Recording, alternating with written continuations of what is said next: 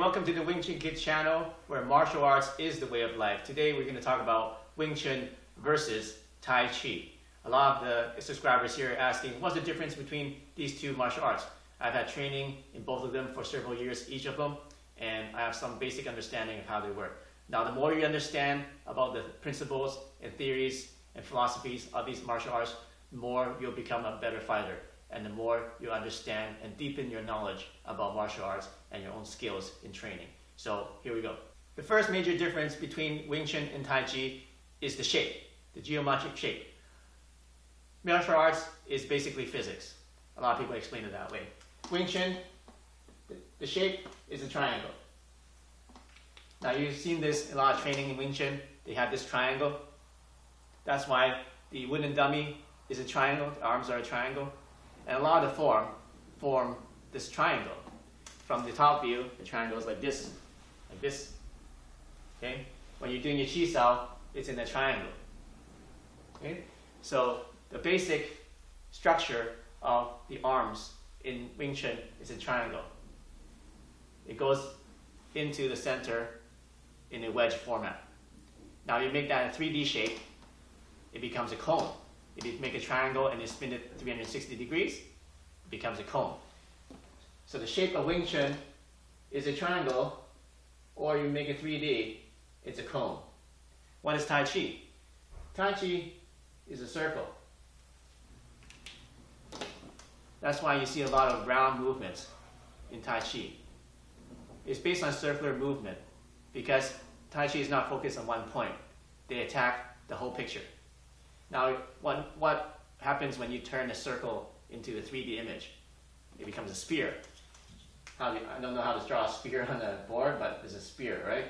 Okay, it's a spear. It's a 3D image. So that's the first difference.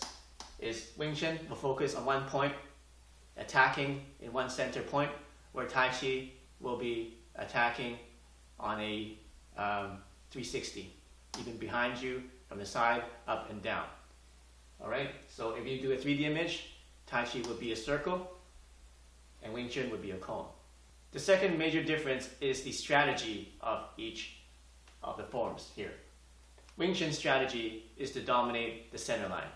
So that's why they have a triangle structure, is they want to attack the middle and dominate the center line of the person and attack the person in the center line. So anywhere from the nose down to the groin. All right, so that's their strategy, is the center. So most of the techniques are centered around either moving the person to move and dominate the center, or to get around things to get into the center and overwhelm the person from the center. Tai Chi is not always concerned with attacking the center. Tai Chi is more concerned with attacking the person's balance. So instead of overwhelming the attacker with force, Tai Chi would use the person's balance against themselves. Right? So Tai Chi's strategy is attacking a person's balance. The third major characteristic difference Wingchun and Tai Chi is how they deal with force. What do they do with incoming force? Well, what Wingchun would do is, once again, use a triangle to fortify the center. But how do you fortify the center? They do that by moving around the obstructions to get back into the center. So that if there's an incoming force, they will move around it and then go back into the center. Right? So either they move it out of the way, like a pak, da. If a force is coming, they'll move it out of the way, pak, da. Or they will get around it with a lap, or rolling back fist, they'll go around it to go back into the center. So basically what Wingchun does is they will basically move around the incoming force to go back and attack the center. Now what Tai Chi does is it dissolves the force. So what happens is when the attack is coming, they will suck it in and then dissolve the energy. It's like It's like an octopus, right? If you try to punch an octopus, it'll just grab your arms and just suck you in. All right, so that's what Tai Chi does. It actually dissolves the force. Okay, you see how it's coming together. You use a triangle to fortify center, and use a triangle to move around to get back into the center. With Tai Chi, use a circle and to attack the person's balance, and then use the circle to absorb and dissolve. It's like your big bubble, like a big sponge, absorbing the energy and dissolving the energy so that the person's energy is gone and is given to you, which you could use to bounce back to them or to use it against them and take their balance. Another strategy for Wingchun and Tai Chi is how they do trapping. Now, what is trapping? Trapping is basically being able to disable somebody's arms or legs, most of the time it's arms, and be able to hit them while they can't hit you because you've trapped them and you trap their hands. Now, with Wingchun, the primarily trapping is they're going to trap the hands or trap the arms. So that's their strategy. So you go like this, you trap the hand, you trap both hands with all this Wingchun movement. Now you trap both hands with one hand, and you got one hand free to attack the person. That's what Wingchun mostly does. Now what Tai Chi does is it traps energy. So they're not concerned too much with trapping the hands, but they're more concerned with trapping the person's energy. Hence the dissolving and the circle. What they do is they absorb the force that the person gives to you. So now the force is all dissolved and sucked in. Now the force is now trapped in the ball. Okay? So instead of going forward and trapping the person's hands so that they can't move, you're absorbing the energy so that it traps the person's energy. So the guy's off balance like this, and your energy is trapped because you're off balance. You have no force when you're off balance. You cannot attack and generate any force when you don't have balance. Okay? So what Tai Chi would do is trap energy or force. Not necessarily arms. It could be using the person's spine or legs or ankles. Any part of the body is to trap that energy. Okay? Another strategy for fighting in Wingchun that's different from Tai Chi is how they train their sensitivity. Now, Wingchun sensitivity drills, like in Qisao, that you learn when you start learning how to do sticky hands, is learning how to have sensitivity in your forearms, in this area of your body. So that when you can feel that there's an empty space, you attack. If you feel that there's energy coming, you'll deflect it with a bong sao. Or if you feel energy going downwards, you deflect it down with the tan sao. So all the sensitivity is in this area of the body, and which is very good, especially in your close range and you want to fight very quickly, because your tactile sensitivity, which means your touch, responds a lot faster than your eyes. With your eyes, you have to see the target, then your eye sends a signal to your brain, then the brain sends a signal to your hand to tell it to do something. With tactile sensitivity, which means touch, in Wingchun, your hand will tell your brain exactly what's happening and go back to your hand. So your eye doesn't have to interpret what's happening. Actually, it is proven scientifically to be at least 2 to 3 times faster than reacting with your eyes. It's reacting with touch. So that's why Wingchun uses this Qisao to develop sensitivity in your forearm so that you feel the energy and find those openings and redirect the energy with the triangle. Okay, so the sensitivity is in the forearms and the hands, but mainly the forearms. Tai Chi sensitivity is throughout the whole body. Obviously, it's a lot harder to develop sensitivity in your whole body than the forearms. That's why, in my opinion, Tai Chi is a much deeper art than Wingchun.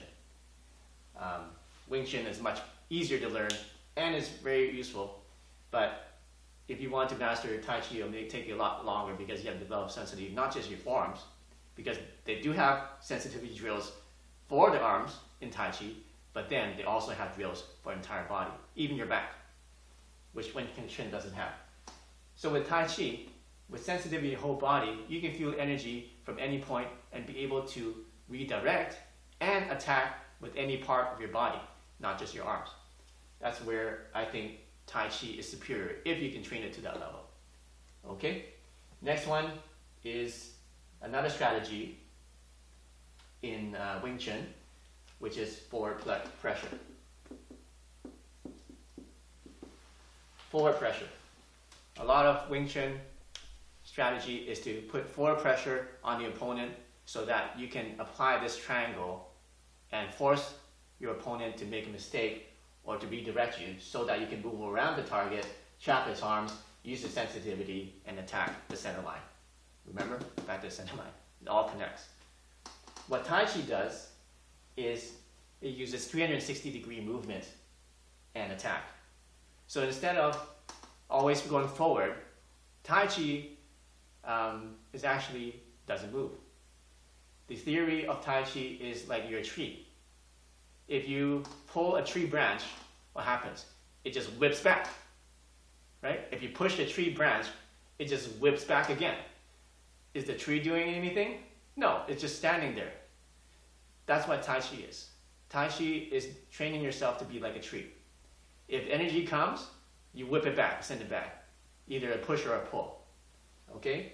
So Tai Chi is 360 degrees instead of just forward. Can Tai Chi go forward? Sure. Can Tai Chi go backward? Yes. It can go up or down or anywhere, 360 degrees. Wingchun, most of their techniques are forward. I'm not saying that it doesn't go backward or it goes sideways. Yes, they are. But most of the techniques work best when they go forward. Okay? Whereas Tai Chi, energy is not forward. Okay? It is 360. It's waiting for energy to come so that it can trap the energy using sensitivity of the body and dissolving the energy to take the person's balance. So it's all connected. All right? Next, the final strategy of each of the martial arts, Wingchun and Tai Chi, is the distance. Wingchun is a close range art. Close range. That's why we have a triangle like this. You see, the triangle is not that big. It's only this width of your forearm. So your attacker has to be about this distance away from you for you to use this triangle. Like this. Mostly close range. Most of the time. And most of the trapping, okay, and the center line, dominating center line, happens when you're in close range. And that's where the Wingchun really shines, is in that close range. Because you're using this tactile sensitivity of your forearms to be able to do all these fast things when you're too close for the other person to react. That's what Wingchun is for. That's why they use close range. Tai Chi can be long or short range. There is no close range or long range for Tai Chi. It can be both. So all ranges.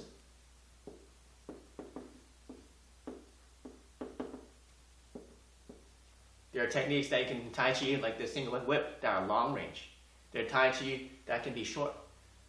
Okay, so in the Tai Chi forms, you see these big movements, like this. Very big movements. Why do they do such big movements? Well, they train it so that they can get their body to coordinate and the muscles to coordinate, so that when you do it fast and slow, the same body mechanics happen. A lot of times when you do really small movements, it's hard to train the muscles to work properly in the right order. That's why in Tai Chi they have big movements. In the form, you see very big movements. But in reality, when it's used, it's actually very small. And that's how you can generate short-range power with very little movement, because you've used the long-range movements so that you develop your muscles to work in coordination with your skeletal structure and your body. And then now when you do it when you do it fast and do it small, then it adds a lot more power to that movement. So these are the 7 tactics and 7 strategies for Wingchun and Tai Chi. Some are better than others, depends on your situation. So which one is better? That's really up to you. How much time do you have to train? Can you train Wingchun? Can you train Tai Chi at the same time? Of course you can. How long does it take to master each one? Depends how much time you have. Can you train 3 hours a day to master Tai Chi? Can you train 3 hours a day to master Wingchun? If you can do that, then great, then you can do all these things. But now that you know the roadmap and the strategies for both, it help you understand what you're doing when you're training each of these martial arts and help you become a better fighter.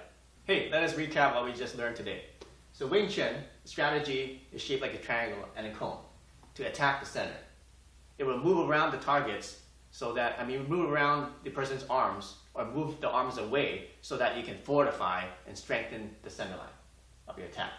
While it's doing that, it will trap the arms using the sensitivity of your forearms so that you can attack and use forward momentum in a close range. Those are the strategies of Wingchun. In Tai Chi, the energy and the structure is a circle.